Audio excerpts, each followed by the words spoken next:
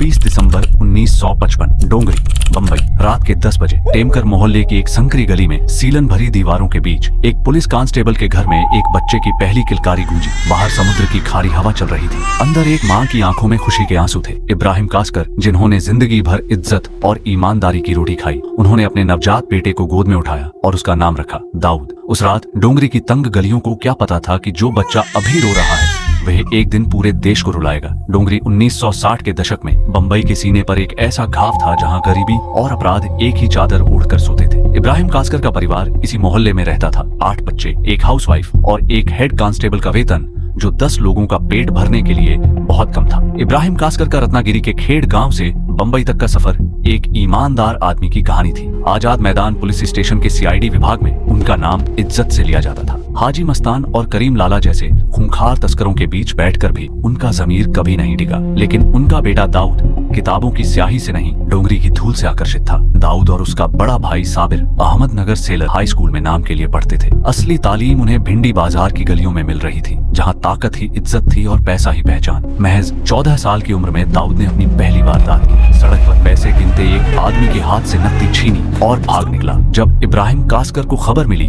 तो उन्होंने वर्दी की इज्जत के नाम पर अपने बेटे को चमड़े की बेल्ट से तब तक पीटा जब तक उसकी पीठ से खून नहीं रिसने लगा। लेकिन इस मार ने दाऊद में सुधार नहीं लाया। इसने उसके अंदर एक खामोश विद्रोह की आग सुलगाई, एक ऐसी आग जो आगे चलकर पूरे देश को जलाने वाली थी। ऐसे ही समय बीतता गया।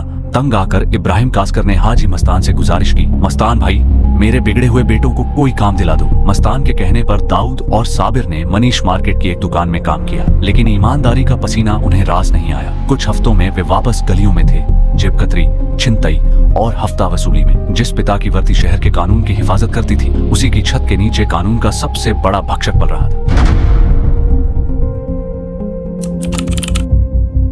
अंडरवर्ल्ड 3 बड़े स्तंभों पर टिका था। सबसे ऊपर था हाजी मस्तान, सफेद कपड़े, सफेद मर्सिडीज और राजनेताओं से सीधा नाता। दूसरा था यूसुफ पटेल, कांडला बंदरगाह का अघोषित बादशाह। और तीसरा था सबसे खूंखार करीम लाला, अफगानिस्तान के कुनार प्रांत से 1920 के दशक में आया अब्दुल करीम शेर खान, जिसका पठान गैंग जुआ, शराब, हफ्ता वसूली और सुपारी किलिंग का काम करता था। उसी समय भारत सरकार के 400% सीमा शुल्क ने दुबई से बंबई के बीच सोने की तस्करी को सोने की खान बना दिया था। इसी समय दाऊद ने अंडरवर्ल्ड में कदम रखा, पहले बाशु दादा के गैंग से, फिर पठान गैंग में। काम था तस्करी का माल एक जगह से दूसरी जगह पहुंचाना। लेकिन दाऊद की महत्वाकांक्षा इन संकरी गलियों से बहुत बड़ी थी। पुलिस कांस्टेबल के बेटे होने का फायदा दाऊद ने होशियारी से उठाया। कस्टम अधिकारियों के साथ रिश्ते बनाए, पुलिस को गुप्त सूचनाएं दी और बदले में अपनी छोटी मोटी वारदातों पर आंखें मुंदवाई। यह एक सिम्बायोटिक रिश्ता था। पुलिस दाऊद का इस्तेमाल पठान गैंग की बढ़ती ताकत को कुचलने के लिए कर रही थी और दाऊद इस रिश्ते को अपनी सीढ़ी बना रहा था। लेकिन पठान गैंग के भीतर दरारें बढ़ रही थी। करीम लाला के भतीजे समद खान और उसके गुर्गे अमीरजादा और आलमजेब, इन सब के साथ दाऊद का टकराव होने लगा था। दाऊद समझ चुका था, दूसरों के लिए काम करके वह कभी बंबई का बेताज बादशाह नहीं बन सकता।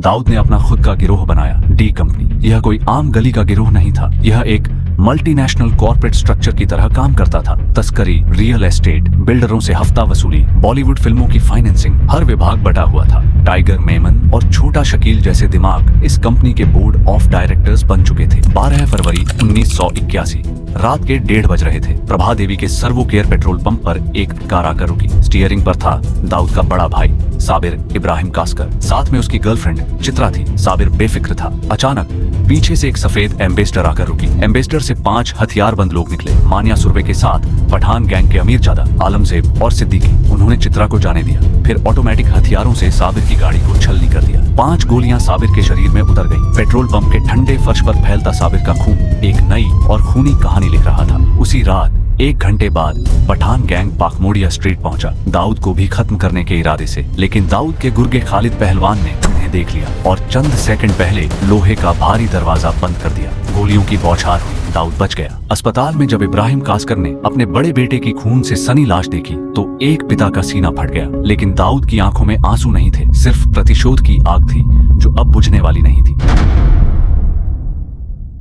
बदला लेने की शुरुआत हुई मान्या सुरवे से। मान्या कोई मामूली गुंडा नहीं था। कीर्ति कॉलेज से रसायन विज्ञान में 78% अंकों के साथ ग्रेजुएट। दाऊद ने उसे सीधे निपटाने के बजाय पुलिस का इस्तेमाल किया। सटीक, टिप दी। 11 जनवरी 1982 को वडाला के अंबेडकर कॉलेज जंक्शन पर क्राइम ब्रांच के 18 अधिकारियों ने मान्या को घेर लिया। मान्या ने अपनी वेबली एंड स्कॉट रिवॉल्वर निकाली, लेकिन 5 पुलिस की गोलियां पहले उसके सीने में समा गईं। यह बंबई पुलिस का पहला आधिकारिक एनकाउंटर था। दाऊद ने पठान गैंग को खत्म करने की ठान ली। उसके द्वारा आलमजेब के खिलाफ फर्जी केस दर्ज करवाए गए। वह गुजरात भागा। वहां भी दाऊद के इशारे पर पुलिस ने एनकाउंटर में उसे ठिकाने लगा दिया। 1981 से 1985 के बीच बंबई की सड़कों पर 50 से अधिक गैंगस्टर मारे गए। पठान गैंग का पूर्ण पतन हो चुका था।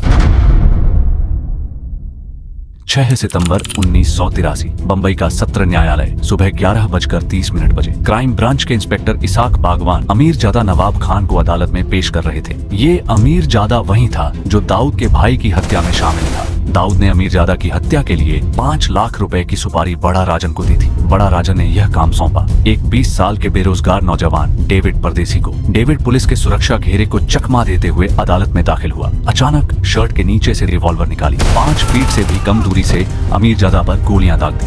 खून से लथपथ होकर गिर पड़ा। अदालत में चीख पुकार मच गई। डेविड खिड़की से कूदने वाला था कि इंस्पेक्टर बागवान की गोली उसकी जांघ को चीरती हुई निकल गई और वह पकड़ा गया। बंबई के इतिहास में पहली बार दिन दहाड़े न्यायालय के भीतर किसी अंडरवर्ल्ड डॉन की हत्या हुई थी। इस एक घटना ने शहर के मनोवैज्ञानिक ढांचे को हमेशा के लिए हिला दिया। इब्राहिम कास्कर का वह बेटा जिसे कभी बेल्ट से पीटा गया था, अब बंबई का सबसे खतरनाक माफिया बन चुका था। 1980 के दशक के मध्य तक दाऊद का प्रभाव इतना फैल चुका था कि पुलिस, न्यायपालिका और राजनेता उसके पेरोल पर थे। राम जेठमलानी जैसे देश के सबसे बड़े वकील उसकी कानूनी लड़ाइयों में शामिल थे। 1986 में मुंबई के पुलिस कमिश्नर DS सोमन ने दाऊद को उसके मुसाफिर खाना ठिकाने से गिरफ्तार करने की गुप्त योजना बनाई। सुप्रीम कोर्ट का गैर जमानती वारंट भी जारी हो चुका था, लेकिन पुलिस के पहुंचने से कुछ घंटे पहले पुलिस विभाग के ही किसी उच्च अधिकारी ने दाऊद को भागने का इशारा कर दिया। दाऊद ने बंबई को हमेशा के लिए अलविदा कहा और सुरक्षित दुबई पहुंच गया। दुबई में दाऊद का नया अवतार शुरू हुआ। उसका आवाज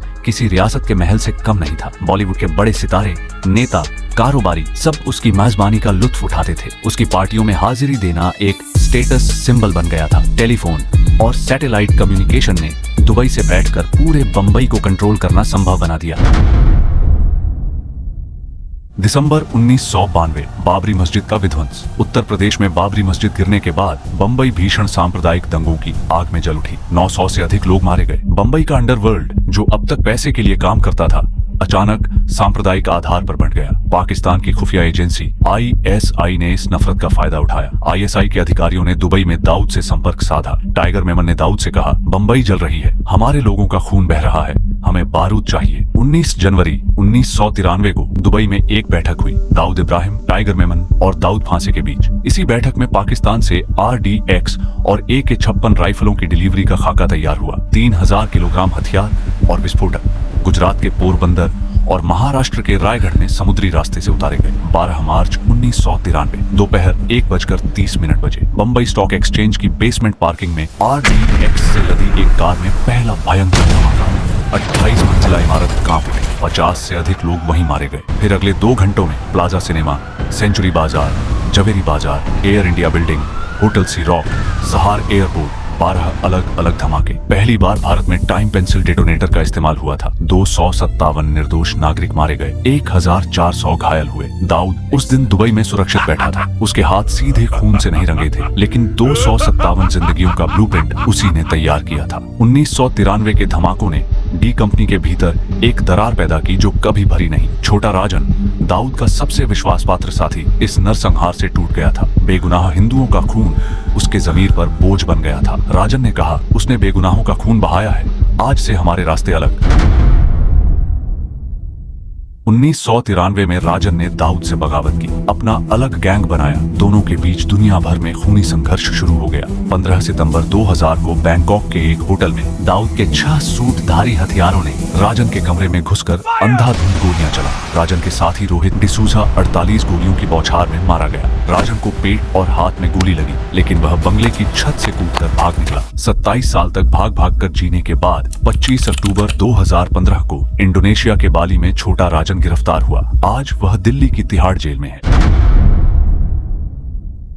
1994 के आसपास दाऊद दुबई से कराची शिफ्ट हो गया। ISI ने उसे कड़े सुरक्षा घेरे में रखा क्योंकि वह भारत के खिलाफ उनके प्रॉक्सी वॉर का सबसे बड़ा हथियार था। 3 नवंबर 2003 को संयुक्त राष्ट्र सुरक्षा परिषद ने उसे वैश्विक आतंकवादी घोषित कर दिया। अमेरिका ने उस पर $25 मिलियन का इनाम रखा। दाऊद इब्राहिम आज भी कराची के उस सफेद महल में बैठा है, भारत के कानून को चिढ़ाता हुआ। जब तक वह कटघरे में नहीं लाया जाता, यह कहानी अधूरी है। अगर यह कहानी आपको हिला गई हो तो इसे उन लोगों तक पहुंचाइए जिन्हें यह जानना चाहिए।